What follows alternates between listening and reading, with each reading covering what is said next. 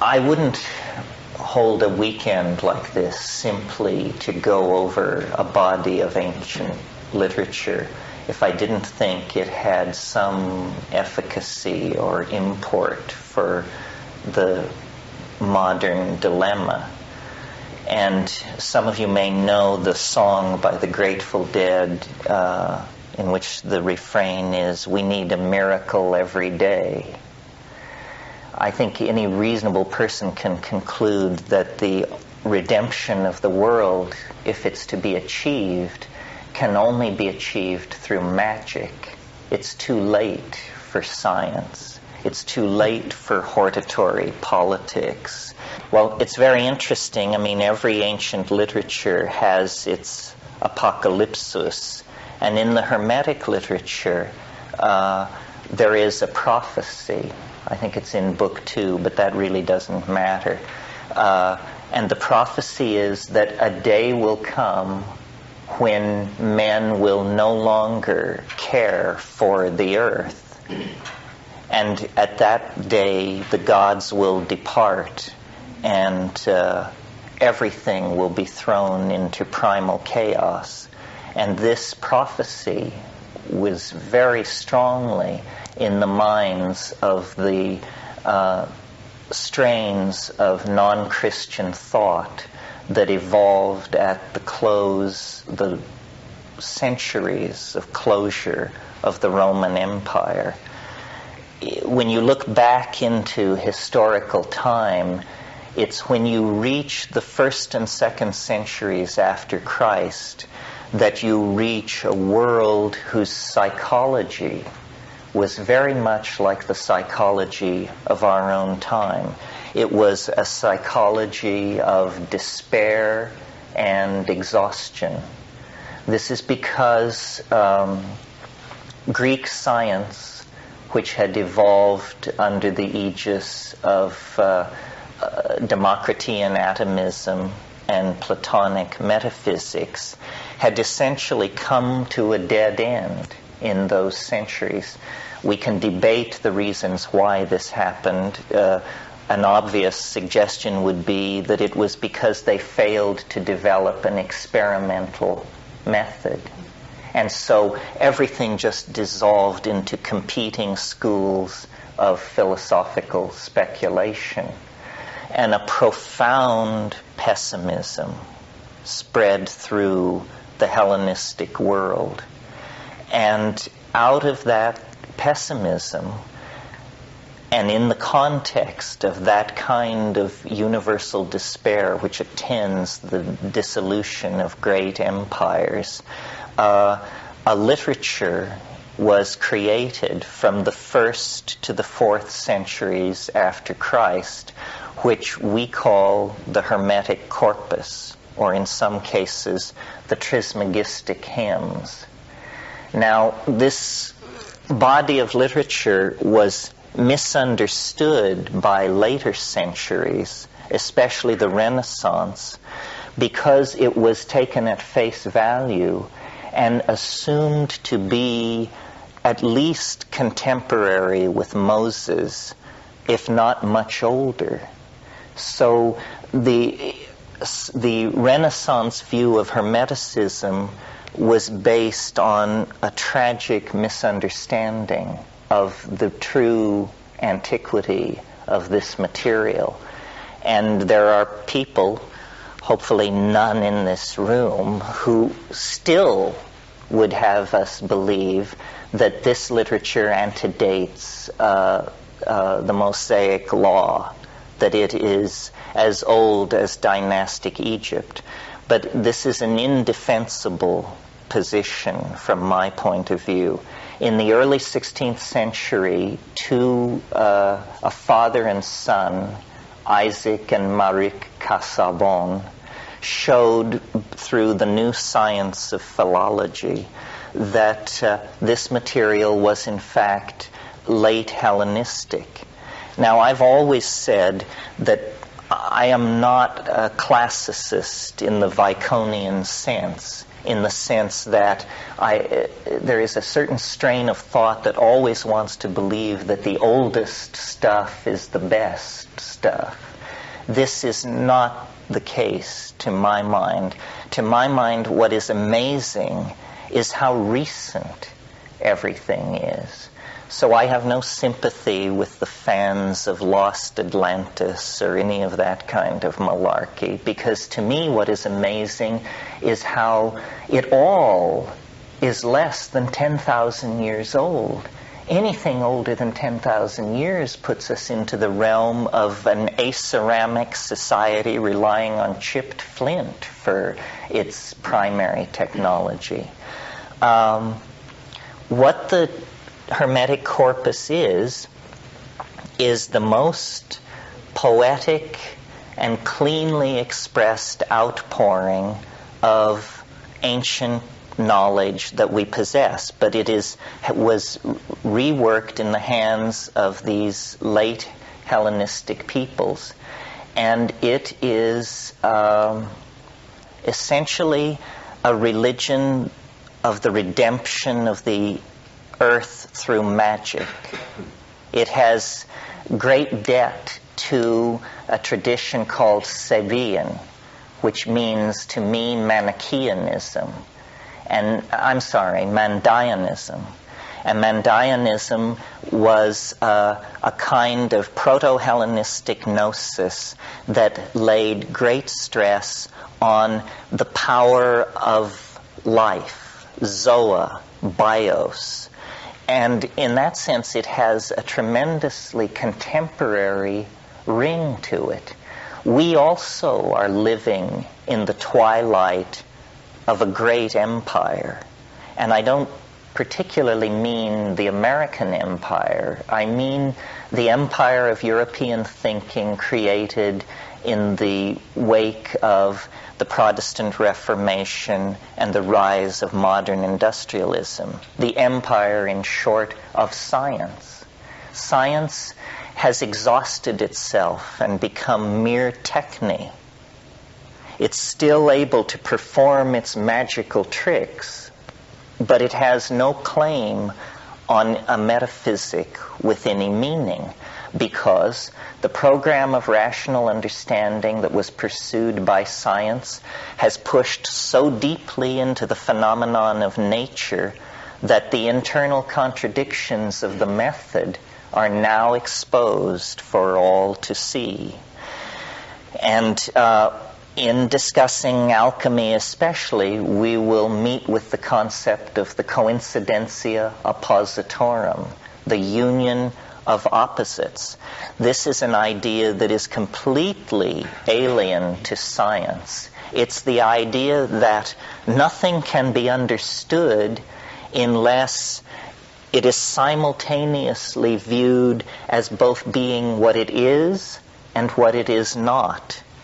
And in alchemical symbolism, we will meet again and again symbolic expression of the coincidencia positorum. It may be in the form of a hermaphrodite. It may be in the form of the union of Sol and Luna. It may be in the form of the union of Mercury with lead or with sulfur. In other words, alchemical thinking is thinking that is always antithetical, always holds the possibility of, by a mere shift of perspective, its opposite premise will gain power and come into focus. I think it was John, when we went around the circle, mentioned his interest in shamanism. There's a wonderful book called The Forge and the Crucible by Mircea Eliade, in which he shows that the shaman is the brother of the smith. The smith is the metallurgist, the worker in metals.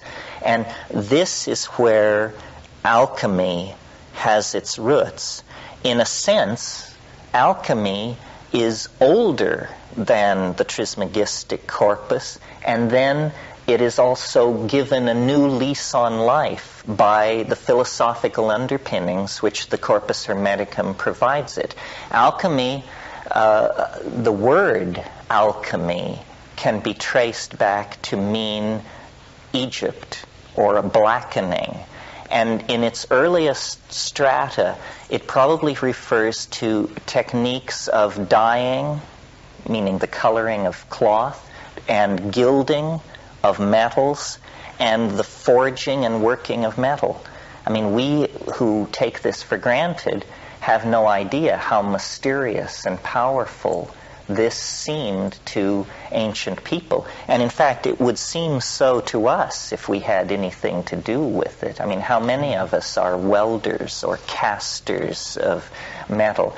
It's a magical process to take, for instance, cinnabar, a red, soft ore, and by the mere act of heating it in a furnace, it will sweat liquid mercury onto its surface. Well, we have unconsciously imbibed the ontology of science, where we have mind firmly separated out from the world. We take this for granted. It's effortless because it's the ambiance of the civilization that we've been born into. But in an earlier age, and some writers would say a more naive age, but I wonder about that. But in an earlier age, mind and matter were seen to be alloyed together throughout nature, so that the sweating of mercury out of cinnabar is not a material process. It's a process in which the mind and the observations of the metal worker maintain an important role.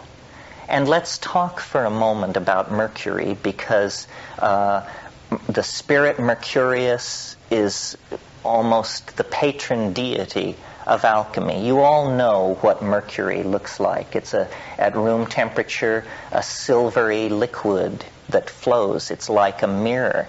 For the alchemists, and this is just a very short exercise in alchemical thinking, for the alchemists, Mercury was mind itself, in a sense. And by tracing through the steps by which they reached that conclusion, you can have a taste of what alchemical thinking was about. Mercury takes the form of its container. If I pour mercury into a cup, it takes the shape of the cup. If I pour it into a test tube, it takes the shape of a test tube. This taking the shape of its container is a quality of mind. And yet here it is present in a flowing silvery metal. The other thing is, mercury is a reflecting surface. You never see mercury. What you see is the world that surrounds it, which is perfectly reflected in its surface, like a moving mirror, you see.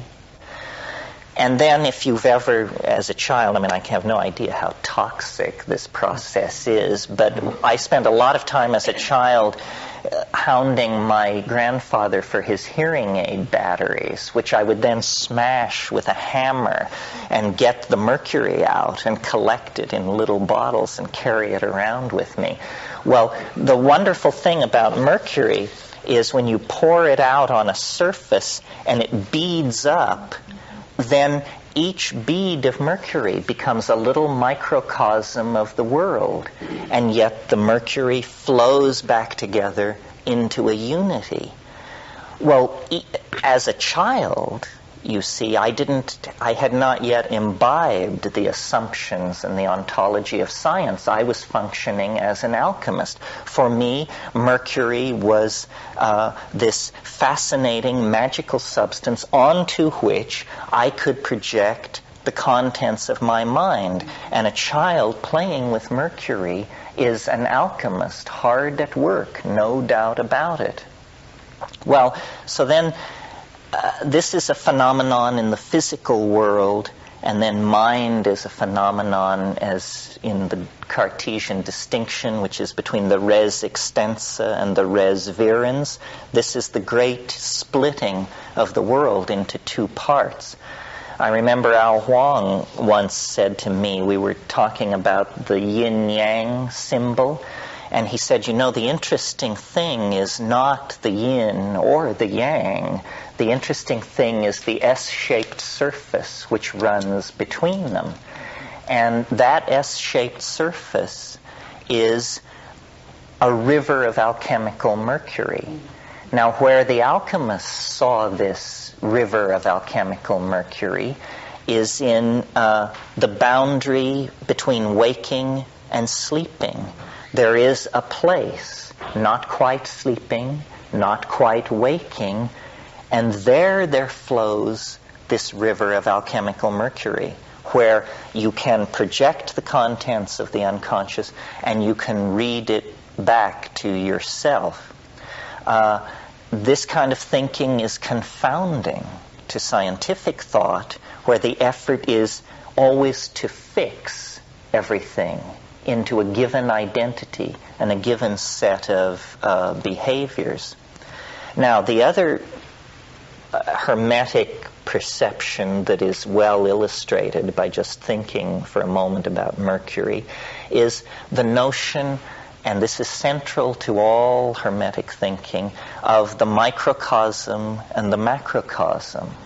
That somehow the great world, the whole of the cosmos, is reflected in the mystery of man, meaning men and women. It's reflected in the mystery of the human mind-body interface. So for an alchemist, it makes perfect sense to extrapolate from these internal, what we call internal psychological processes, to external processes in the world. That distinction doesn't exist for the alchemist, and I tell you, the longer I live, the more convinced I am that this is just absolutely the truth. The myth of our society is the existential myth, that we are cast into matter, that we are lost in a universe that has no meaning for us, that we must make our meaning. This is what Sartre and Kierkegaard, all those people are saying, that we must make our meaning. It reaches its most absurd expression in Sartre's statement that nature is mute. I mean, this is as far from alchemical thinking as you can possibly get. Because for the alchemist, nature was a great book, an open book to be read by putting nature through processes which revealed not only its inner mechanics, but the inner mechanics of the artifacts, the person working upon the material. In other words, the alchemist. Well, in other contexts, I've talked about the importance of language and how our world is made of language. And part of the problem with understanding alchemy is that the language is slipping out of our reach. We are so completely imbued with the Cartesian categories of the res virens, the world of thought, and the res extensa, the world of three-dimensional space, and causality, and the conservation of matter and energy, and so forth, that in order to do more than carry out a kind of scholarship of alchemy, we have to create an alchemical language, or a field in which alchemical language can take place. Some of you may have been with me a couple of weeks ago in Malibu when Joan Halifax and I debated the roots of Buddhism. And I think Joan deserves great credit for saying that Buddhism would never have taken root in America were it not for the psychedelic phenomenon. Not that Buddhism is psychedelic. It, in fact, is fairly touchy about that. But Buddhism would have gotten nowhere in America had not psychedelics created a context for Buddhist language to take root. And I would wager that I would never have gotten to first base with proposing a weekend on alchemy at Esalen were it not understood that psychedelics have prepared people for the notion that mind and world can be poured together like mercury and sulfur, like the Sophic waters, to create a new kind of understanding. Because otherwise, modernity has fixed our minds in the categories of Cartesian rationalism. And so I will not claim, and do not in fact think it's so, that there was anything overtly psychedelic in the sense of pharmacologically based about alchemy. When we look back through the alchemical literature, there's very little evidence that it was pharmacologically driven. Only when you get to the very last adumbrations of the alchemical impulse in someone like Paracelsus do you get the use of opium. But it is interesting that the great drugs of modern society were accidentally discovered by alchemists in their researches. Distilled alcohol is a product of alchemical work. And then, as I mentioned, opium was very heavily used by the Paracelsian school. But what they possessed was an ability to liquefy their mental categories and then to project the contents of the mind onto these processes and read them back.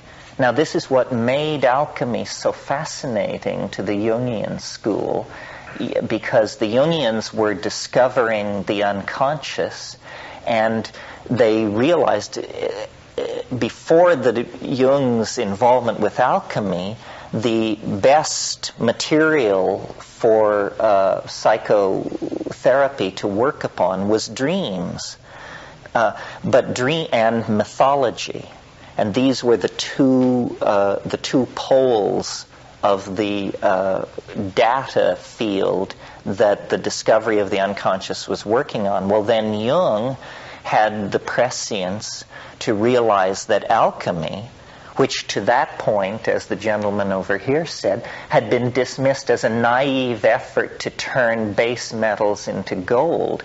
This is the first fiction that you have to absolutely purge from your mind.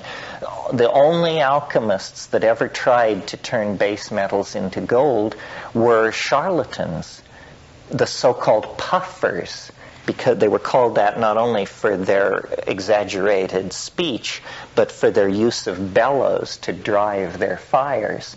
And alchemy has always had a core of true adepts, and then a surround of misguided souls and outright con artists who were trying to change base metals into gold. Now, it's interesting that science, in its naivete in the 20th century, has actually completed the program of pseudo alchemy. You can, if you have a sufficiently powerful nuclear reactor, change lead into gold. I mean, the cost is staggering. It has no economic importance whatsoever, but it can be done by bombarding gold with a sufficient amount of heavy particles, lead. You can change it into gold. But this is not what the original intent was. In fact, when we look at the history of 20th century science, we will see that in a way it's a misunderstanding of what the alchemical goals were to be, and one by one it has done these things that were stated goals of the alchemists, except that the alchemists always spoke in similes and in a secret control language that was symbolic. Okay, now another point that was brought up was, in going around the circle, was the externalization of the soul. And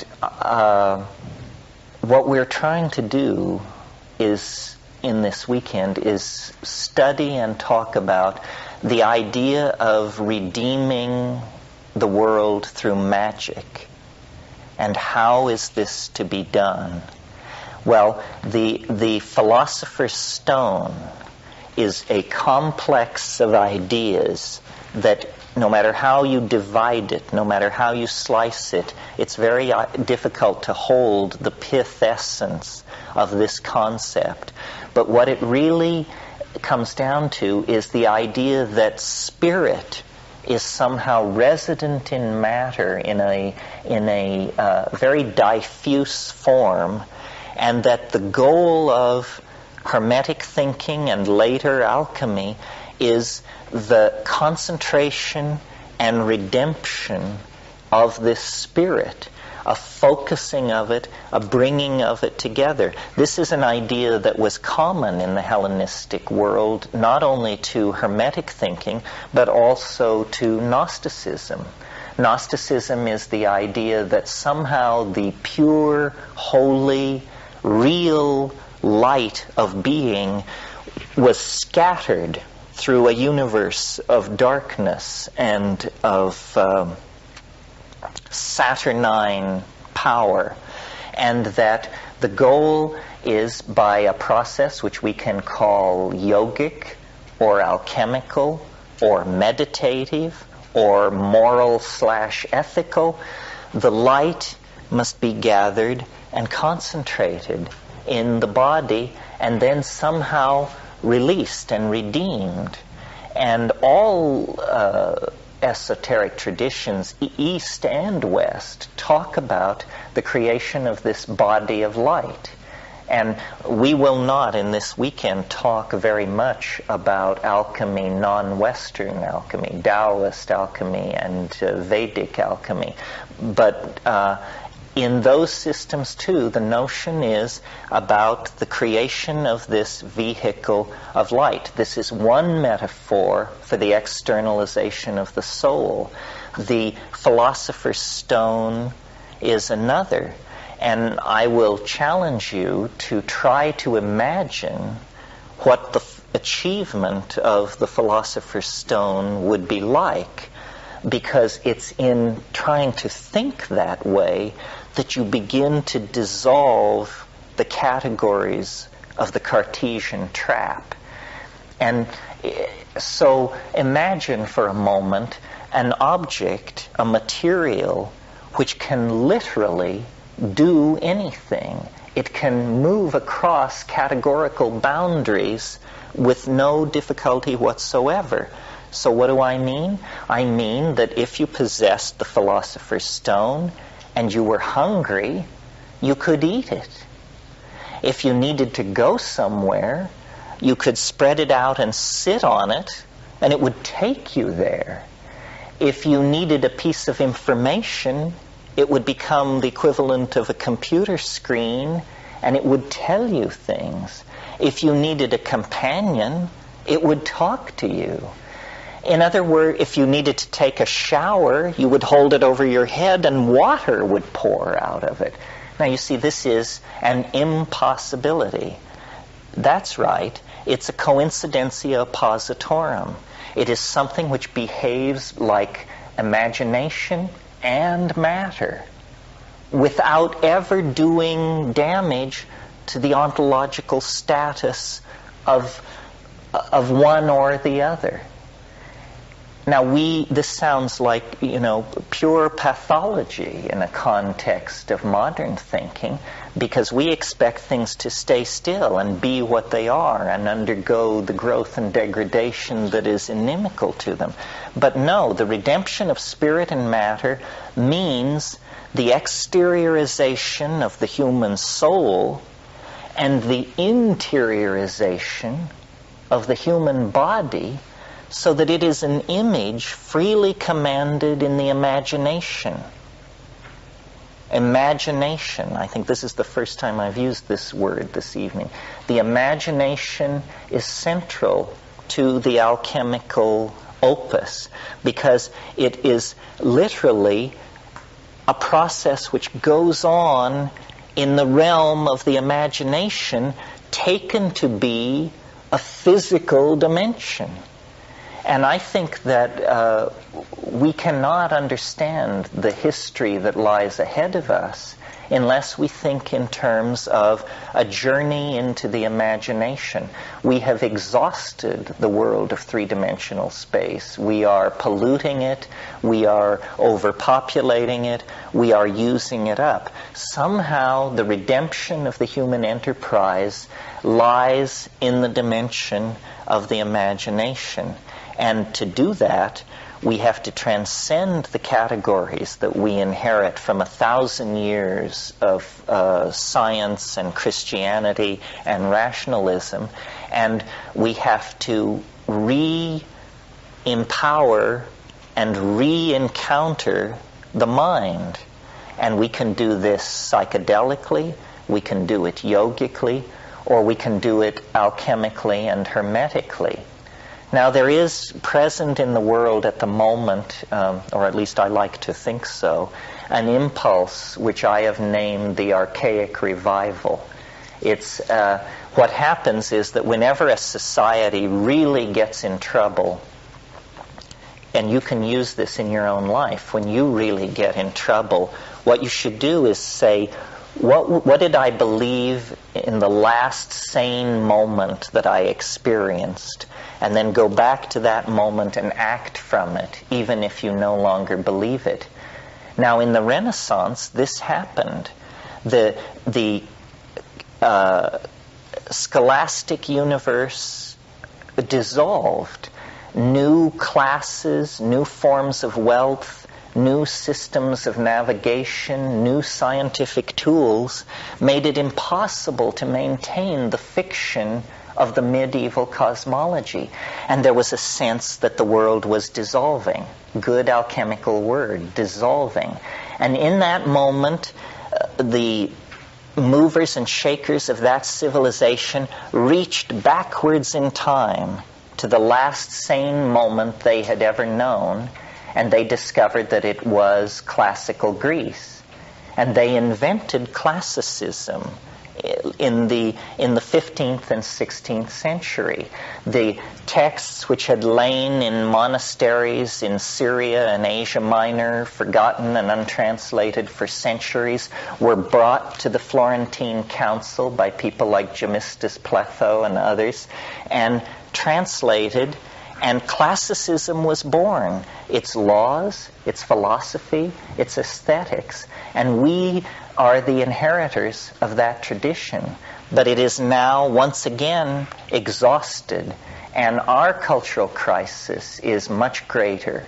It is global, it is total, it involves every man, woman, and child on this planet. Every bug, bird, and tree is caught up in the cultural crisis that we have engendered. Our ideas are exhausted, the ideas that we inherit out of Christianity and its half-brother science, or its bastard child science.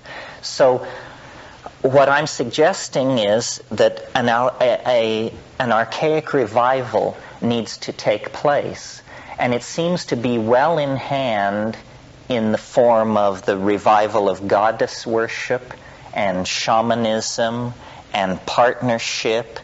But notice that these things are old, 10,000 years or more old. But there was an unbroken thread that, however thinly drawn, persists right up to the present. So the idea of this weekend is to show the way back to the high magic of the late Paleolithic, to show that there were intellectual traditions, there were minority points of view that kept the faith, that never allowed it to die. And to my mind, this alchemical, hermetic, Gnostic, Egyptian, Chaldean thread is the thread. And if we unravel it with sufficient care and attention, then we can build a bridge from the otherwise nearly incomprehensible high magic of the late Paleolithic. We can get it as near to ourselves as John Dee, who died in 1604. We can discover that it's no further away from us than the beginning of the 30 Years' War. And, for my money, after that, it gets pretty mucked up. I mean, after Eliphas Levi, who's already waffling, I'm not very interested in the occultism of the 17th, 18th, and 19th century. But it's not necessary, because scholarship gives us the Chaldean oracles, the Trismegistic hymns, the library at Nag Hammadi, and so forth and so on. So my impulse is to, in the most austere sense, repopularize, reintroduce this kind of thinking so that people can live it out. And then, step by step, we can evolve our language and evolve our understanding to make our way back to the garden, back to Eden. It's occurred to me recently, it's said that Christ opened the doors to paradise. Yes, but he closed the doors to Eden. And paradise is a very airy place where everybody sits around on clouds strumming their lyres. I think what we want to do is make our way back to the alchemical garden. That's where our roots are. That's where meaning is. Meaning lies in the confrontation of contradiction, the coincidencia, a positorum. That's what we really feel, not these rational schemas that are constantly beating us over the head with the thou shalts and thou shoulds, but rather a recovery of the real ambiguity of being, an ability to see ourselves as at once powerful and weak, noble and ignoble, future-oriented, past-facing. We each need to become Janus-faced and to incorporate into ourselves the banished contradictions of being that so haunt the enterprise of science. We can leave that behind, and when we do, we reclaim authentic being. And authentic being, make no mistake about it, is what alchemical gold really is. That's what they're talking about, authentic being. So that's right now, tonight. Right now what? We're led. We're led. We're Saturnine, and we'll talk about Saturn and Pluto and all of that. Yes, tomorrow we'll talk about the stages of the alchemical opus. And though the stages are many and multifarious, it all begins in what is called the nigredo, the blackening, the depths of the leaden, saturnine, chaotic, fixed place. And that's where we have been left by science and modernity and so forth and so on. And that's where the alchemist loves to begin. That's where he or she stokes the furnace and begins the dissolution et coagulatio that leads to the appearance of the stone.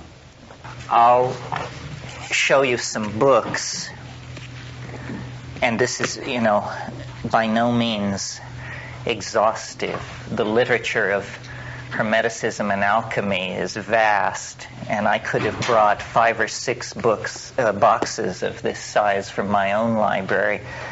And this is a smattering. It doesn't mean what I show you is the best. It simply tries to spread over a large area. Oh, someone put this here. This is a new novel that's just been published by Lindsay Clark called The Chemical Wedding.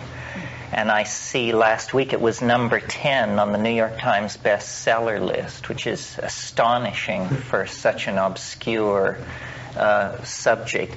It's a retelling of a famous incident in alchemy in the 19th century when a woman named Mary Alice Atwood, who had a very, very close relationship to her father, Dr. South, and the two of them worked together, she on a text and he on a long poem. And to make a long story short, eventually they decided to destroy both the poem and the book, feeling that they had said too much and had given the secret away. At least that's one version. So this is a fictionalized retelling of that incident, intercut with a modern cast of characters very clearly modeled on the poet Robert Graves.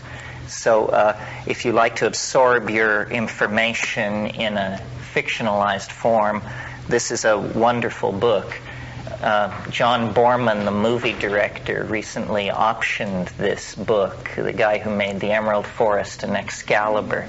So we may have an alchemical movie downstream a year or two. A number of compendiums of alchemical texts have been published over the centuries, and if you wish to study alchemy, you have to obtain these. If you're fortunate enough to read French, you should read Festugieri and Berthelot.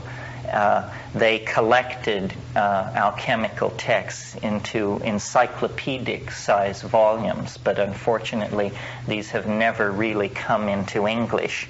One that did come into English is the Museum Hermeticum Amplificarum et Theatrum, I think, which A.E. Waite, who some of you may know for his role in The Golden Dawn, collected. There are about 40 alchemical texts, and all the greats are in here. Lull, Villanova, Michael Meyer, Basil Valentine, Kramer, Edward Kelly, and so forth. The place to begin, I think, is obviously with the question, who is Hermes Trismegistus? What are we talking about here? I mean, this sounds so incredibly exotic to people. The Renaissance had the concept of what it called the presci theologi. And if my Latin and Greek irritates you, you have to understand you're dealing with a boy from a coal mining town in Colorado. So I do mangle these things. The presci theologi were Orpheus, Moses, and primarily Hermes Trismegistus. Hermes Trismegistus was the primary source, from the point of view of the Renaissance, of this whole mystery tradition. And you recall from last night's lecture that this is based on a misunderstanding. The Renaissance believed that Hermes Trismegistus was older than Moses. We know now, thanks to Isaac and Marik Casaubon, two philologists of the early 17th century, that definitely the Hermetic corpus was composed between the 1st and 2nd centuries after Christ. The method of the Casaubons was to examine the philosophical language of the Corpus Hermeticum and show that there were words and phrases there that were post-Platonic and derivative from philosophers whose dates we have fully in hand. Now, if you go to an occult bookstore, you will find that to this day this error persists. There are people who still want to claim that this stuff is older than dynastic Egypt. There are even books available. I was in Shambhala a week ago claiming to teach you how to change lead into gold. well, from my point of view, this just evokes a small smile. The old errors persist. The puffers are still at it. But what Hermes Trismegistos is a character who appears in many guises in these Hermetic dialogues. The Hermetic hymns are usually couched in the form of dialogues between Hermes and his son Thoth. And Thoth takes the role of the uninitiated ingenue who is sitting at the feet of the master. And Thoth asks questions. What is the true nature of the world? What is the true nature of man? And Hermes answers. And the general form of these texts, with exceptions, because there are 20 of them, is an intellectual dialogue which builds to an ecstatic revelation, and then in the wake of the ecstatic revelation, there is a hymn of praise to Hermes Trismegistos. Trismegistos means thrice blessed, and is sometimes called Hermes triplex, to distinguish this Hermes from all the other Hermes of early, middle, and late Greek thinking. Hermes is, of course, the messenger god, the god of scribes. The reason this ibis-headed being holding a staff is embossed on the cover of each of these books is because this is how Hermes Trismegistos, Thoth Hermes, was imagined. He was associated with the scribe god of the Egyptian pantheon. The two distinguishing factors, at least that stand out for me, that I think you need to incorporate into your thinking about the Hermeticism, two very important concepts. The first is the divinity of human beings, an extraordinarily radical idea in the context of late Hellenistic thinking. We all operate under the spell of the concept of the fall of man, that man is an inferior being, errors were made in the Garden of Eden, and that we are far, far from the nature of divinity. All magic, and all magic in the West is derivative from this tradition, takes the position that man is a divine being. Men and women are divine beings. The Corpus Hermeticum actually refers to man as God's brother. And this is a double-edged perception. It gives tremendous dignity to the human enterprise, but it also raises the possibility of the error of pride and hubris. In the Renaissance, Marcello Ficino boiled this notion down to the aphorism, man is the measure of all things. And you may notice that this is the position really of science, that man is the measure of all things, that it is up to us. We can decide the course of the cosmos.